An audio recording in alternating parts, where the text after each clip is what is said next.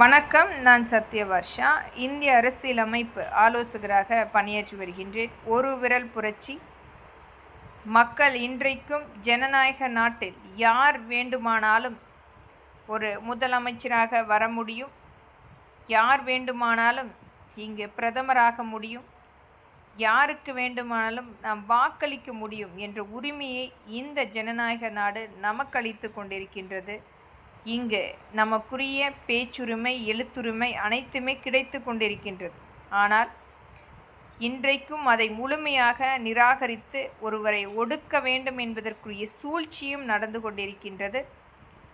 ஒவ்வொரு இடத்திலுமே நாம் வாக்களிக்கக்கூடிய உள்ளாட்சி தேர்தலிலிருந்து சட்டமன்ற தேர்தல், நாடாளுமன்ற தேர்தல் அனைத்திலுமே நம்மளுடைய உரிமையை நிலைநாட்டி கொண்டிருக்கின்றோம். ஆனால் இன்றைக்கு ஆளுகின்ற திராவிட முன்னேற்ற கழகம் ஊடகங்களுடைய பிரியராக எப்பொழுதுமே புகைப்படத்தை எடுத்து ஆங்காங்கே திரைப்படத்தில் வருவதைப் போல போஸ்டரை மட்டுமே மிக எளிதாக கவரக்கூடிய விதத்தில் நம்மளுடைய மக்களுடைய இயலாமையை பயன்படுத்தி நம்பிக்கை தன்மை உள்ள கட்சியாக காட்டிக்கொண்டிருக்கின்றது.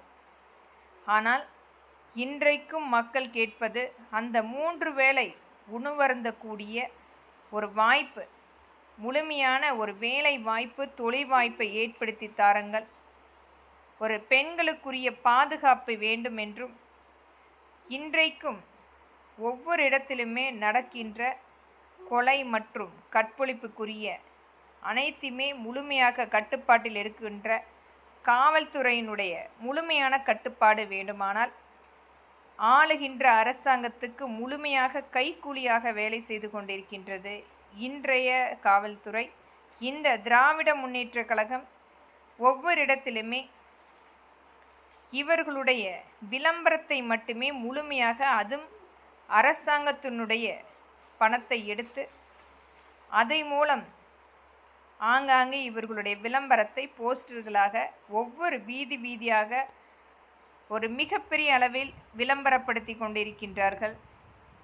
அதிலும் ஒரு இணையதளத்தின் மூலம் மிக பிரபலமாக இவர்களுடைய விளம்பரங்கள் வந்து கொண்டிருக்கின்றது. மற்ற கட்சிகளுக்கு கிடைக்கக்கூடிய வாய்ப்புகள் இங்கு முழுமையாக பறித்து கொண்டிருக்கின்றார்கள். ஜனநாயக நாட்டில் ஒரு தனிப்பட்ட கட்சிக்கு மட்டுமே தொலைக்காட்சியினுடைய முழுமையான உரிமம். விளம்பரங்கள் வேண்டுமானாலும் சரி, இங்கு இவர்களுடைய கட்சி ஆட்சி அமைப்பு வேண்டுமானாலும் சரி, எது வேண்டுமானாலும் இன்றைக்கு திராவிட முன்னேற்ற கழகத்தினுடைய ஆளுமை மட்டுமே நடந்து கொண்டிருக்கின்றது. ஆனால் மற்ற கட்சிகளுடைய கொள்கை ரீதியாக எடுத்து செல்ல வேண்டிய அனைத்து வகையான ஒரு நிராகரிப்பு மட்டுமே கிடைத்து கொண்டிருக்கின்றது. ஒரு கட்சி நடத்தக்கூடிய ஒரு தலைவர், அவருக்கு உட்பட்ட தொலைக்காட்சி நிறுவனம், ஒரு எண்ணற்ற ஊடகங்களுடைய மிகப்பெரிய ஒரு ஆளுமை. இந்தியாவில் மட்டுமல்ல இவர்களுடைய தொலைக்காட்சி என்பது ஒரு மிகப்பெரிய வெளிநாடுகளிலும் இன்றைக்கு சன் நெட்வொர்க், கலைஞர் நெட்வொர்க் என்றால் தெரியும். ஒரு அரசியல் அமைப்பில் இருக்கக்கூடிய ஒரு நபரால் தொலைக்காட்சி நிறுவனத்தின் மூலம் மிகப்பெரிய அளவில் விளம்பரம் செய்து ஒரு ஆட்சி அமைப்புக்கு வருவதற்குரிய எந்த சட்ட திருத்தத்தில் இது இருக்கின்றது? மற்ற கட்சிகள் இன்றைக்கு நேர்மையாக ஒவ்வொரு இடத்திலுமே களத்தில் நின்று போராடக்கூடிய ஒரு சாதாரணமான மக்களுக்கு இங்கு முழுமையான நிராகரிப்பு கிடைத்து கொண்டிருக்கின்றது. இது அனைத்துமே உச்ச நீதிமன்றமும் உயர் நீதிமன்றமும் பரிசீலனை செய்யப்பட வேண்டும்.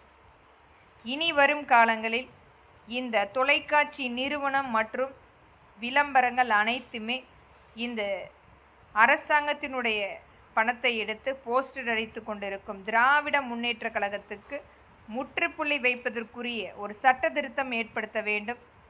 இது இன்றைக்கும் நம் ஜனநாயக நாட்டில் வாழ்ந்து கொண்டிருக்கின்றோம். இதற்குரிய ஒரு முழுமையான ஒரு சட்ட திருத்தத்தை கொண்டு வரப்பட வேண்டும். மக்களாகிய நாங்கள் கேட்பது ஒரு நியாயமான கோரிக்கை மட்டுமே. நன்றி.